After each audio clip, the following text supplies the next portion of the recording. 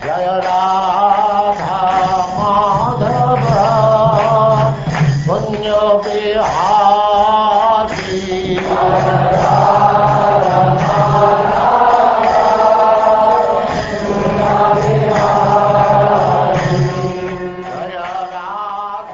And now we begin the 11th canto, chapter 1, The Curse upon the Yadu Dynasty.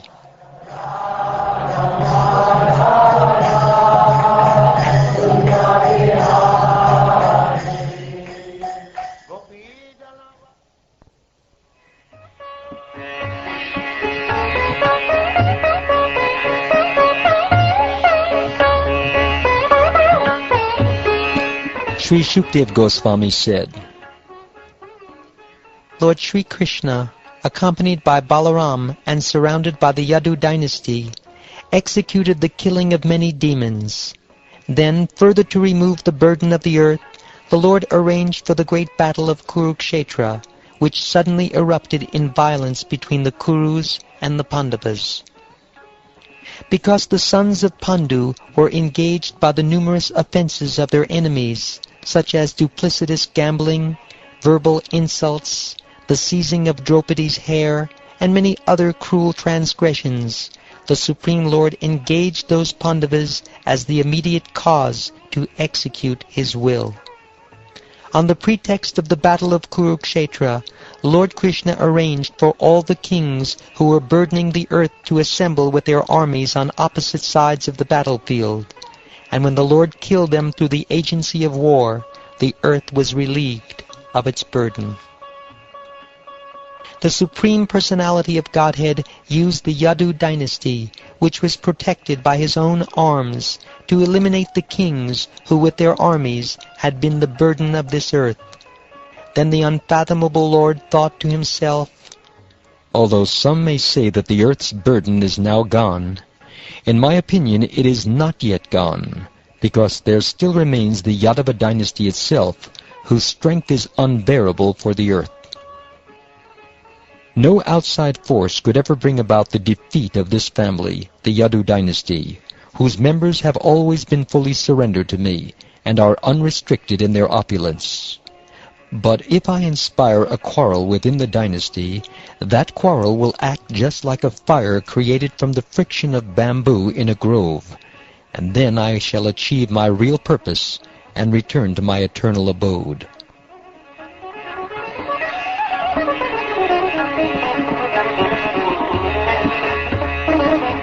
My dear King Pariksit, when the Supreme Almighty Lord, whose desire always comes to pass, had thus made up his mind, he withdrew his own family on the pretext of a curse spoken by an assembly of Brahmins.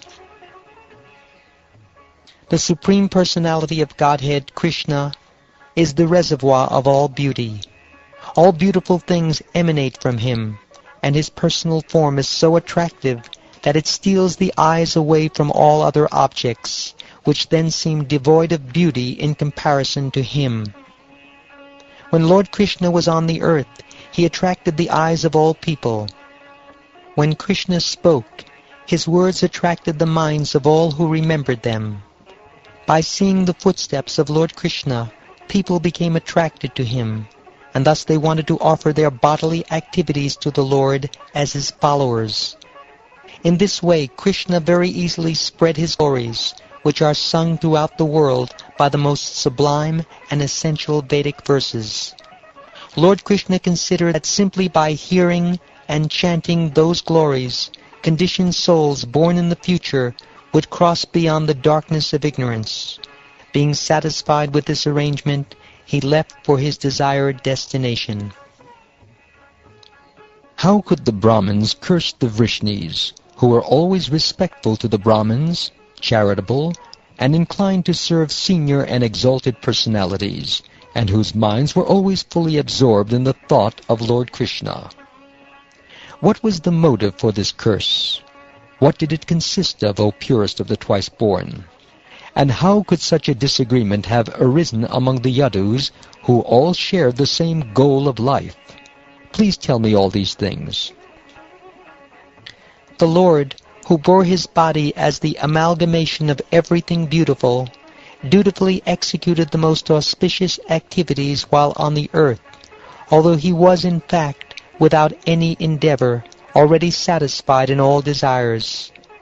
Residing in his abode and enjoying life, the Lord, whose glorification is in itself magnanimous, now wanted to annihilate his dynasty, as there still remained some small part of his duty to be carried out.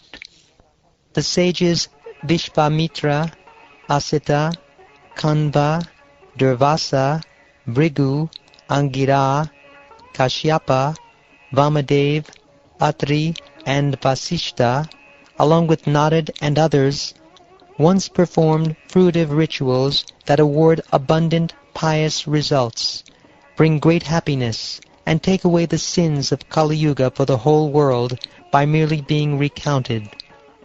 The sages duly executed these rituals in the home of the chief of the Yadus, Vasudeva, the father of Lord Krishna. After Lord Krishna, who was staying in Vasudeva's house as time personified, respectfully sent the sages off at the conclusion of the ceremonies, they went to the holy place called Pindarika.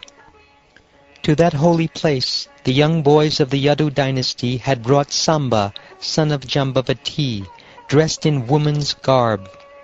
Playfully approaching the great sages gathered there, the boys grabbed hold of the sages' feet and impudently asked them with feigned humility, "O learned Brahmins, this black-eyed pregnant woman has something to ask you.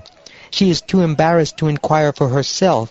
She is just about to give birth, and is very desirous of having a son. Since all of you are great sages with infallible vision, please tell us whether her child will be a boy or a girl." Thus ridiculed by deceit, the sages became angry, O king, and told the boys, "Fools! She will bear you an iron club that will destroy your entire dynasty." Upon hearing the curse of the sages, the terrified boys quickly uncovered the belly of Samba, and indeed they observed that therein was an iron club. The young men of the Yadu dynasty said, "Oh, what have we done? We are so unfortunate. What will our family members say to us?" Speaking thus and being very disturbed, they returned to their homes, taking the club with them. The Yadu boys, the luster of their faces completely faded, brought the club into the royal assembly, and in the presence of all the Yadavas they told King Ugrasena what had happened. O King Pariksit, when the inhabitants of Dwarka heard of the infallible curse of the Brahmins, and saw before them the club, they were astounded and distraught with fear.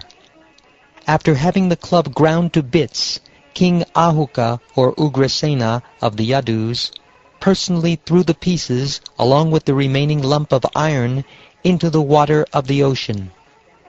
A certain fish swallowed the iron lump, and the bits of iron, carried back to the shore by the waves, implanted themselves there and grew into tall, sharp canes. The fish was caught in the ocean along with other fish in a fisherman's net.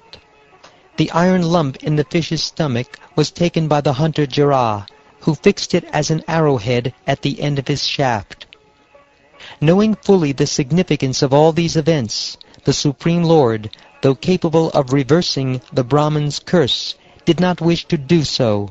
Rather, in his form of time, he gladly sanctioned the events.